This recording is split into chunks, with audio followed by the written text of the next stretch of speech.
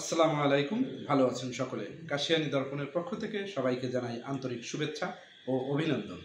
আজকে একটি বিষয় নিয়ে আলোচনা করব, আপনাদের সবাইকে জানিয়ে দিব।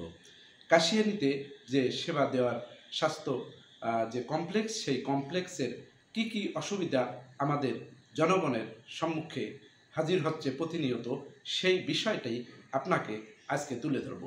সকলে জানার জন্য এবং বোঝার জন্য আপনাদেরকে কাশিয়ানী দর্পণের পক্ষ থেকে আবারও আন্তরিক শুভেচ্ছা ও অভিনন্দন জানাচ্ছি। সুপ্রিয় দর্শকবৃন্দ, আপনারা জানেন যে ডাক্তারি পেশা, তারা বিসিএস ক্যাডার হিসেবে এখানে এমবিবিএস ডাক্তার হিসেবে যোগদান করেছেন এই কাশিয়ানীতে অনেকেই। সেখানে তাদের যে বিশেষজ্ঞ লেখা থাকে, যে রোগের উপরে ট্রিটমেন্ট দেয় সেই রোগের উপরে বিশেষজ্ঞ লেখা থাকে। আসলে তাদের কাছে রোগী গেলেই 2-4 মিনিটের মধ্যে তাদেরকে বড় ধরনের টেস্ট ধরিয়ে দেয় যে এইগুলো আপনি করে নিয়ে আসেন।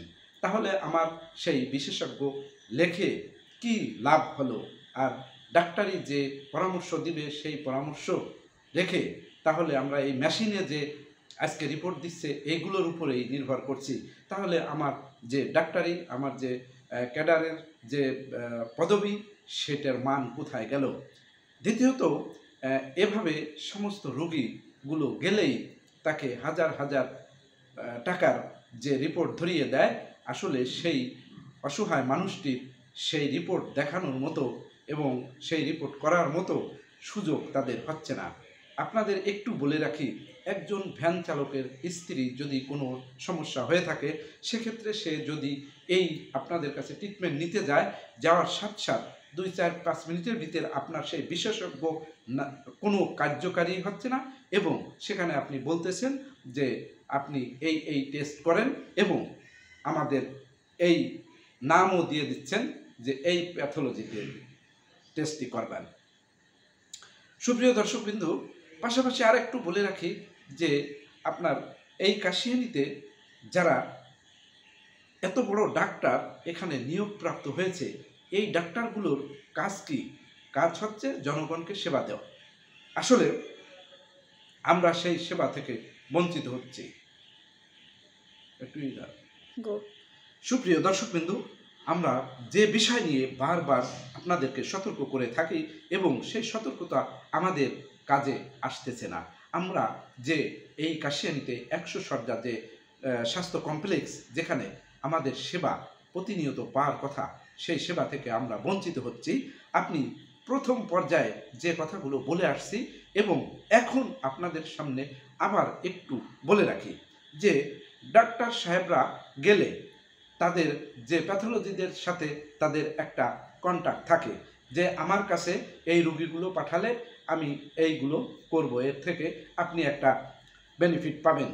এইভাবে করে ডাক্তারি যে বড় মর্যাদা যে সেবা দেওয়ার কথা, সেখান থেকে তারা একটা ব্যবসার দিকে নেমে এসেছে। এটাকে আমি মনে করব একটা দালালি যে চক্র, সেই চক্র। কারণ কি, এইখানে প্যাথোলজি তারা ব্যবসা করবে, তাদের মতো করবে, কিন্তু আপনি ডক্টর হয়ে আপনি কিভাবে বলতে পারেন অমুক প্যাথোলজিতে যে এইগুলো করে নিয়ে আসেন রিপোর্ট? এভাবে করেই আজকে আমরা আমাদের যারা আছে অসহায় মানুষ, তারা কোনো রকম সেবা পাচ্ছে না। বিষয় আরেকটি, যে ওষুধ কোম্পানির যারা আসে তাদেরকে রোগী না দেখে প্রতিনিয়ত তাদেরকে ভিতরে, হসপিটালের ভিতরে ভিড় জমিয়ে তাদের সাথে আড্ডা দিয়ে তাদের সাথে এই ওষুধ বিক্রির যে দালালি, সেই দালালিটা করে থাকে। সুপ্রিয় দর্শকবৃন্দ, আপনাদেরকে বোঝানো লাগবে না, আপনারা যেহেতু যারা যারা এই সেবা নিতে গেছেন আপনারা সকলেই ভালো করেই বুঝেছেন। এইখানে আমি একটু কথা বলতে চাই, আপনি এত বড় একটা এমবিবিএস ডাক্তার হয়ে আপনি কিভাবে এইখানে ওষুধ কোম্পানির দালালি করছেন? কারণ নিম্নমানের ওষুধও আপনি যে কোম্পানিতে এসে আপনাকে একটা অনারিয়াম দিয়ে যায় এবং আপনি এই নিম্নমানের ওষুধগুলো বিক্রি করবেন, এইভাবে করে আপনি রোগীর সাথে আপনি এই ওষুধগুলো লেখাচ্ছেন যাতে সেই ওষুধগুলো খাচ্ছে কিন্তু তার কাজ হচ্ছে না। এভাবে করেই আমরা এই স্বাস্থ্যসেবা থেকে সেবা নিচ্ছি। পাশাপাশি এমনিতেই ডাক্তারদের কাছ থেকে আমরা সেবা পাচ্ছি না, বরঞ্চ আমরা এখানে গেলে দেখেন কি কি সমস্যা।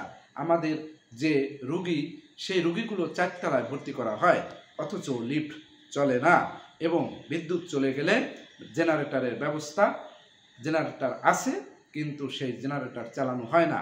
সুপ্রিয় দর্শকবৃন্দ, এত রকমের সমস্যা আমাদের এই কাশিয়ানী 100 শয্যা হসপিটালে।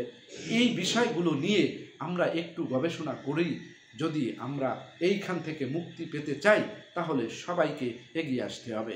আজকে কাশিয়ানীবাসীর উদ্দেশ্যে এই কথাগুলো বললাম। যদি কোনো ভুল ত্রুটি হয় তাহলে আপনাদের ক্ষমা দৃষ্টিতে আমাকে দেখবেন। আর আগামীতে অন্য পর্ব নিয়ে হাজির হচ্ছি।